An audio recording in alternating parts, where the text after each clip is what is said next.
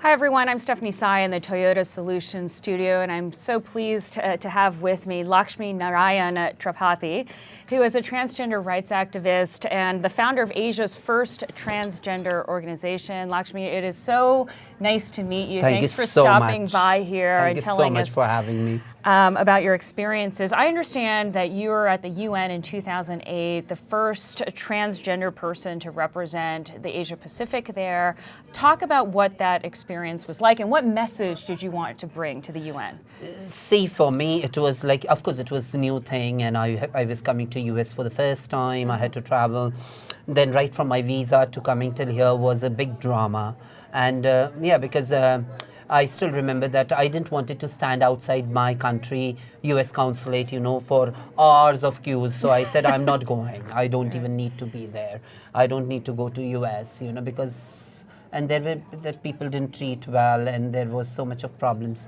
So they gave me the G4 visa, the UN, and that was the diplomatic status visa with, Good. And I was among the 11-member task force of the General Assembly President's Office. I was the only trans, and I was the first one representing entire big region, Asia Pacific. And over there, I still remember the first time when we met the General Assembly President, they used to look at me as if I was some exotic thing in a zoo, But it is okay because they are not used to.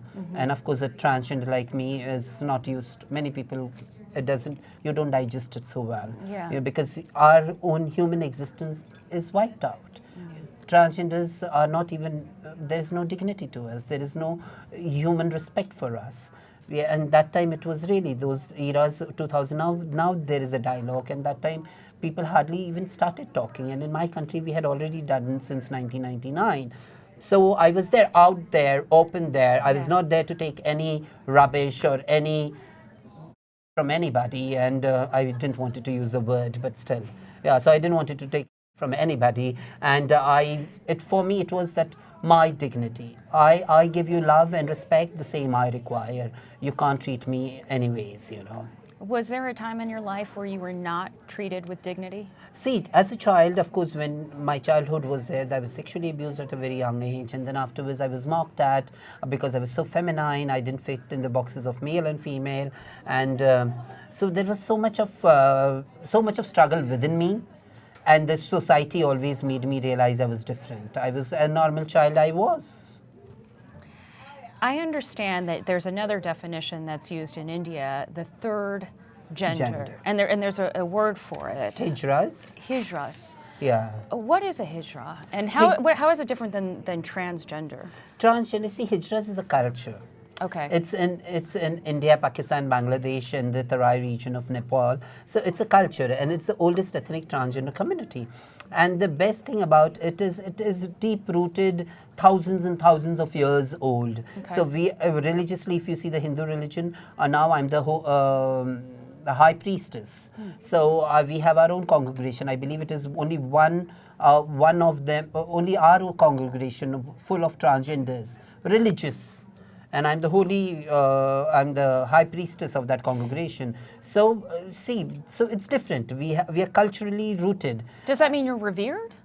Yeah. Respected? Yeah. In Indian It's society? a paradox. Okay. Talk Religiously, about that. we are very high, we are demigods, and at the same time, you are ridiculed. There is no option that because of the colonization, what the Britishers did, that they very technically, uprooted us from the mainstream society and threw us out of to live on the outskirts by getting Section 377, the homosexual law, then getting the inheritance law, where only the son was allowed to inherit from the father. So they didn't respect the disciple and the teacher relationship, which is known as the guru-chela, the guru and disciple relationship. They never accepted. So our property, our houses, our money, everything was taken away by the British. There was a Tribals Act which was put in between that from one district to another, if I had to travel, then that era we required the collector's permission. We were criminalized. So that brought us completely of 300 years of complete ostracization. And after the independence, nobody thought about us. And now only the Supreme Court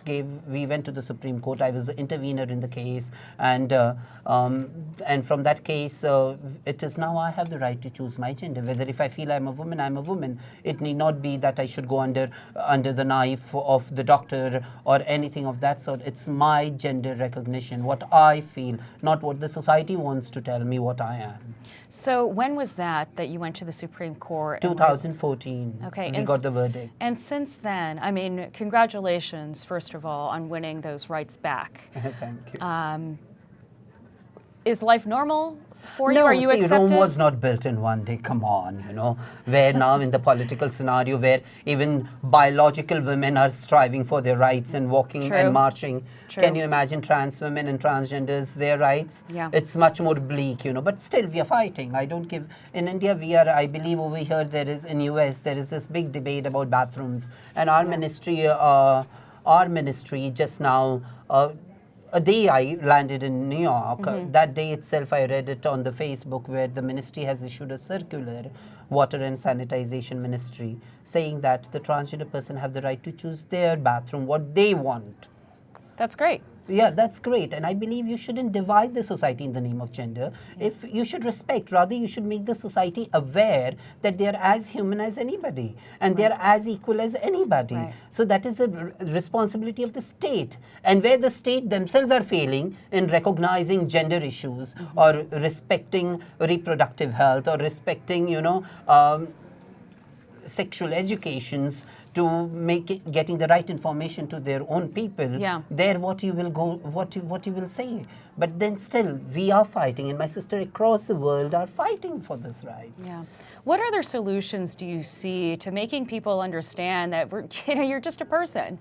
Is it about telling your story to the world? Is it about I have two books with me. One I have written is Me, Hijra Me, Lakshmi by Oxford University Press. Okay. And my second book is The Red Lipstick Men in My Life by Penguin Random House.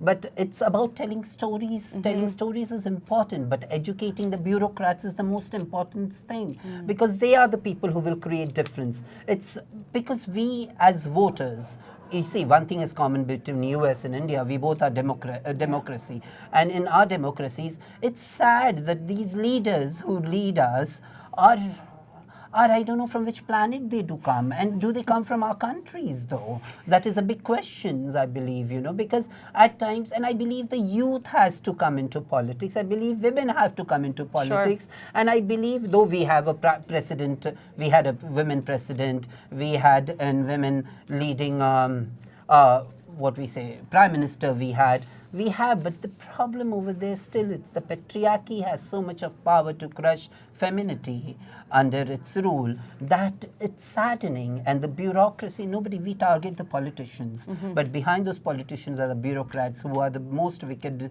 and the most culprits of all. So I believe that what success which we had in India is catching hold the policymakers, making them understand, hello, we are nowhere going out, this is required and this has to be done. Yeah. Lakshmi, it's been such a pleasure to be able to hear your perspective, which is so unique. Thank you so much for coming in and talking to us.